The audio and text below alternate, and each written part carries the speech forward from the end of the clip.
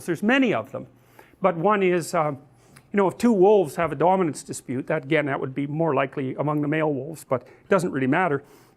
They basically display their size and they growl ferociously and puff up their hair so they look bigger. And you know, you can see cats do that when they go into fight or flight, right?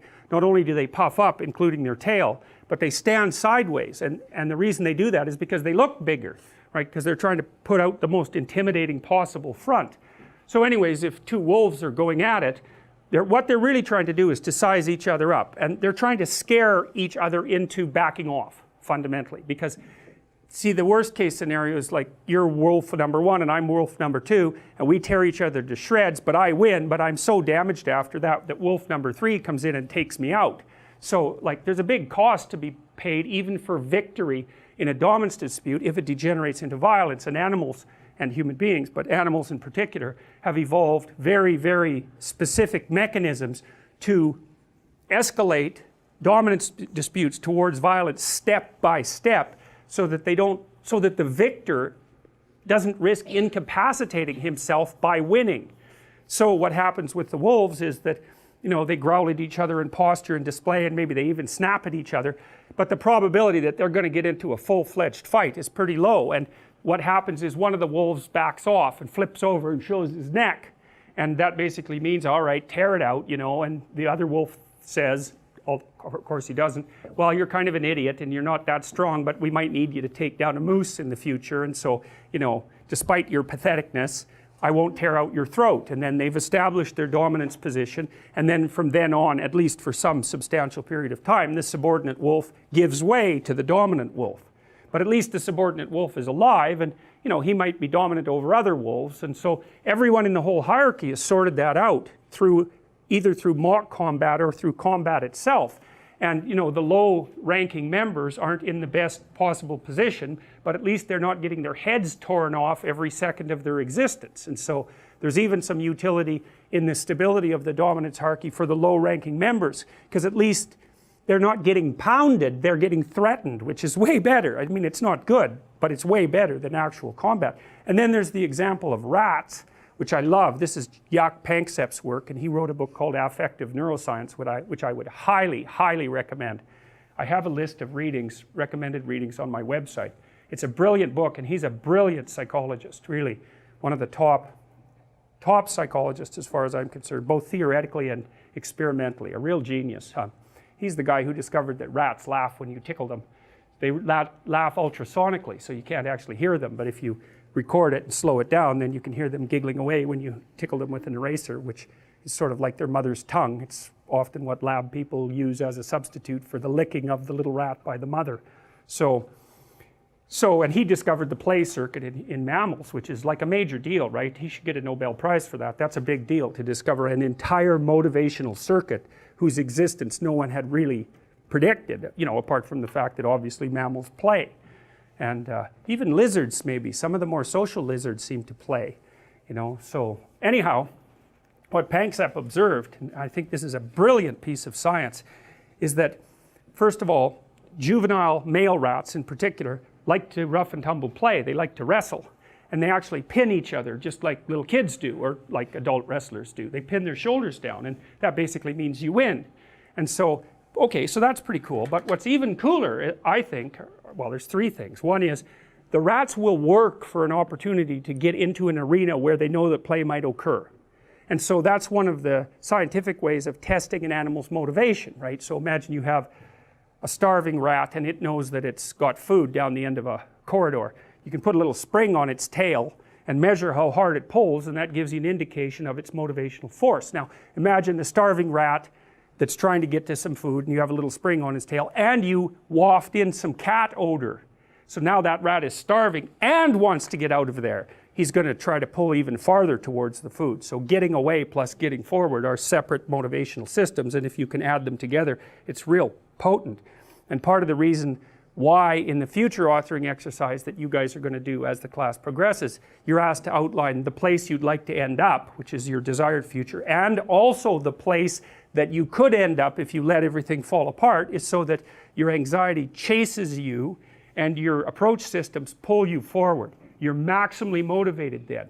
And it's important because Otherwise you can be afraid of pursuing the things that you want to pursue, right? And that's very common. And so then the fear inhibits you as the promise pulls you forward, but it makes you weak because you're afraid. You want to get your fear behind you, pushing you.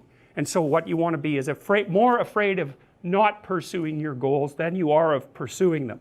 It's very, very helpful. And lots of times in life, and this is something really worth knowing, you know, and this is one of the advantages to being an autonomous adult, is you don't get to pick the best thing. You get to pick your poison.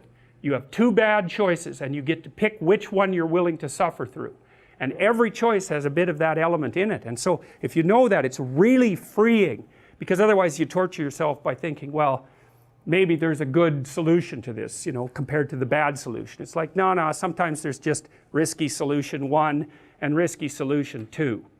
And sometimes both of them are really bad, but you at least get to pick which one you're willing to suffer through. And that actually makes quite a bit of difference, because you're also facing it voluntarily then, instead of it chasing you. And that is an entirely different psychophysiological response. Challenge versus threat, it's not the same, even if the magnitude of the problem is the same. And so putting yourself in a challenging, let's call it mind frame, you can't just do that by magic. Putting yourself in a challenging mind frame is much easier on you psychophysiologically, because you don't go into the generalized stress response to the same degree. And you're activating your exploratory and seeking systems, which are dopaminergically mediated and that involve positive emotion. So if you can face something voluntarily rather than having it chase you, it's way better for you psychophysiologically. So that's partly why, well, it's worthwhile to go find the dragon in its lair instead of waiting for it to come and eat you.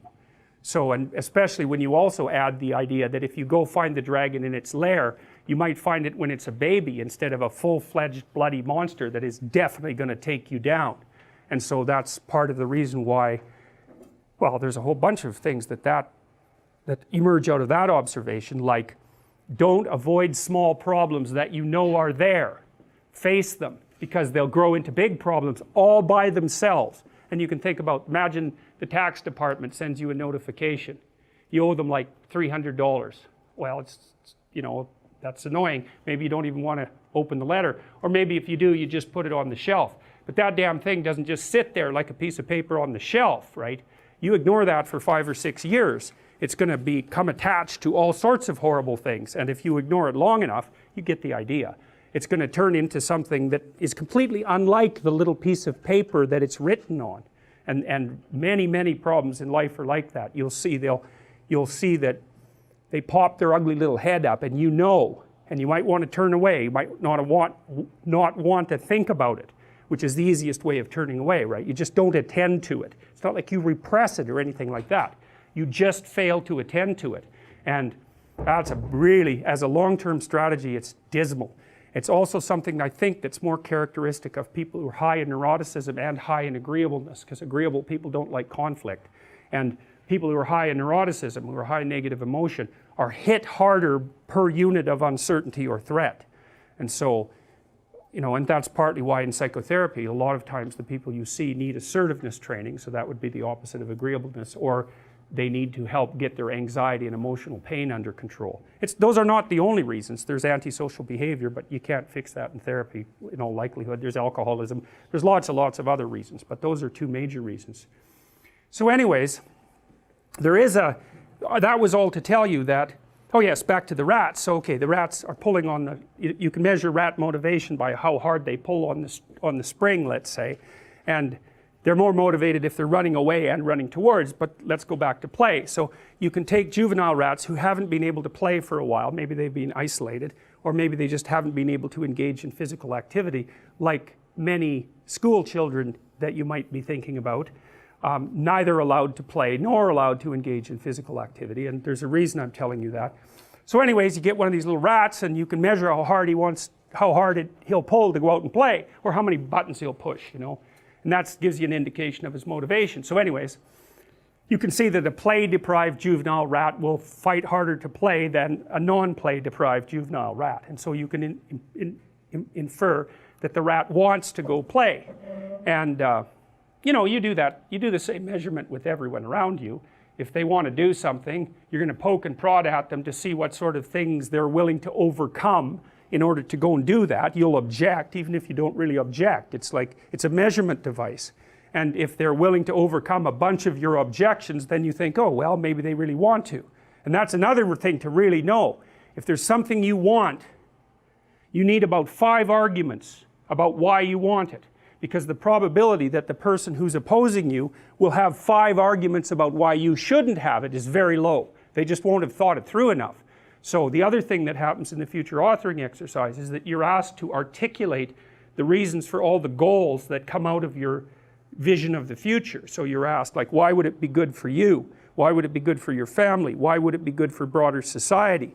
So that gives you 3 levels of argumentation right there. And if you have it articulated down into detail and it's related to other important goals, then you're a hell of a thing to argue with, because people just aren't that deep, by which I mean they just don't have that many levels of explanation or objection. And it's also really useful in relationship to your own mind, because if you want to do something that's difficult and that requires energy, a lot of different subsystems in your mind are going to throw up objections. It's like, well, maybe that isn't what you should be doing right now. Maybe you should be doing the dishes or vacuuming or watching TV or looking at YouTube. Or if you're really sneaky, when you're trying to do something hard, what your brain does is give you something else hard to do that's not quite as hard, so that you can feel justified in not doing the thing you're supposed to because you're doing something else useful.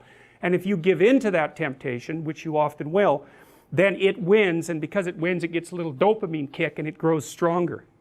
Anything you let win, the internal argument, grows. And anything you let be defeated shrinks, because it's punished. It doesn't get to have its way. So that's another thing really to remember. Don't practice what you do not want to become.